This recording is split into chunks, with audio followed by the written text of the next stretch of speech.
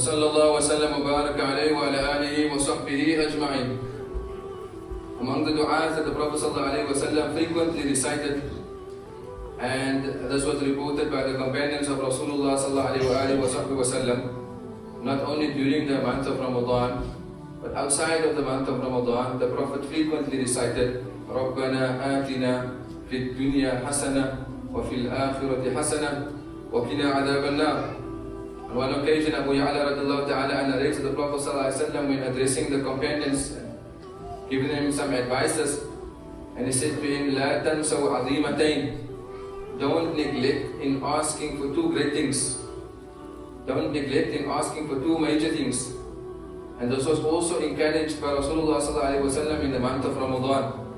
Two things to do in the month of Ramadan that is pleasing unto Allah, which is reciting abundantly La ilaha illallah and abundantly reciting Astaghfirullah.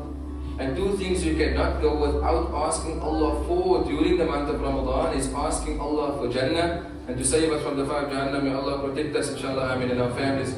In the dua that is recited after the bitr, in the pujis, one of the last dua that is recited, Allahumma a'tika riqabana, O Allah, save the necks of our families from the fire of Jahannam. وَرِقَابَ أُمَّهَاتِنَا وَأَوْلَادِنَا مِنَ النَّارِ أَجْمَعِينَ. Save our children and save our mothers and save our fathers and the Muslimin at large from the fire of Jahannam. The Prophet ﷺ, coming back to the hadith of Abu Ya'la, after the Prophet ﷺ says to his companions that don't forget to ask Allah for these two things. These are great before Allah subhanahu wa ta'ala. On some occasions the Prophet would cry that his beard would be filled with tears when reciting the dua, رَبَّنَا آتِنَا فِي الدُّنْيَا حَسَنَةً وَفِي الْآخِرَةِ حَسَنَةً وَقِنَا عَذَابَ النَّارِ. And then the Prophet ﷺ addressed his companions and he says that لَوْ تَعْلَمُونَ مَا أَعْلَمُ. If you only knew what I know with regards to the umur of the akhirah, with regards to the matters of the hereafter, لَبَكَيْتُمْ كَثِيرٌ or لَضَحِكْتُمْ قَلِيلٌ وَلَبَكَيْتُمْ كَثِيرٌ. The Prophet ﷺ says, if you only knew what I know about what is going to happen and what is going to transpire and what I saw in the fire of Jahannam after I passed by the fire of Jahannam, and I asked Jibreel alayhi salatu wasalam exactly for what reasons these people are getting punished, and I saw some of the punishments of the fire of Jahannam, the least of which is the least of which is a man that will be standing on boiling hot coal, that it will boil such, it will come, the heat will come up to his brains and his brains will burst.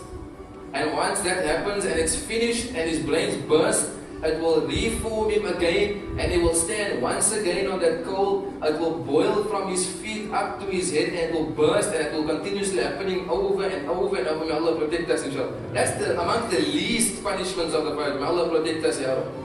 So the Prophet cried when making this dua, رَبَّنَا آتِنَا فِي الدُّنْيَا حَسَنَةً وَفِي الْآخِرَةِ حَسَنَةً وَقِنَا عَذَابَ النَّارِ. And he said that if you only knew, then you would laugh a very little.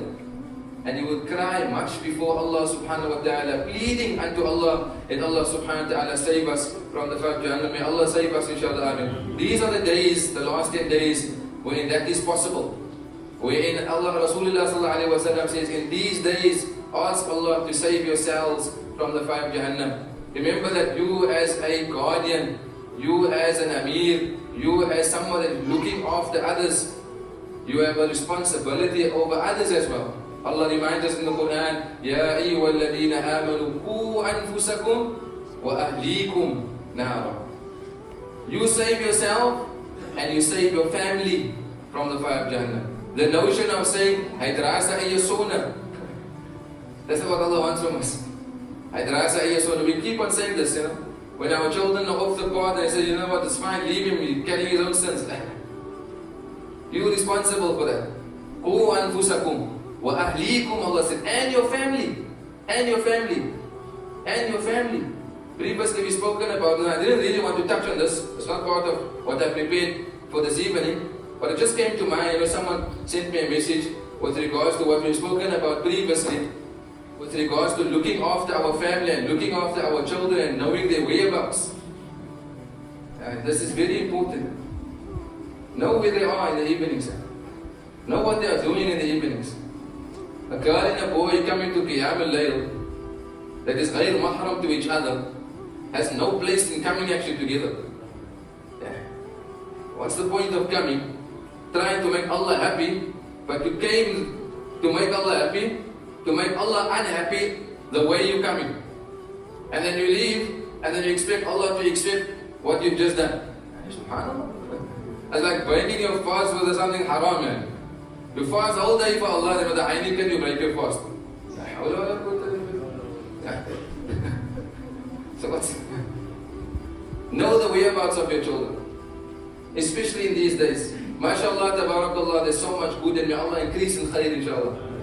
Like the Cape Town, mashallah, went on steroids for the past couple of years now with regards to the attendance of the masjids. And this is something good for our community.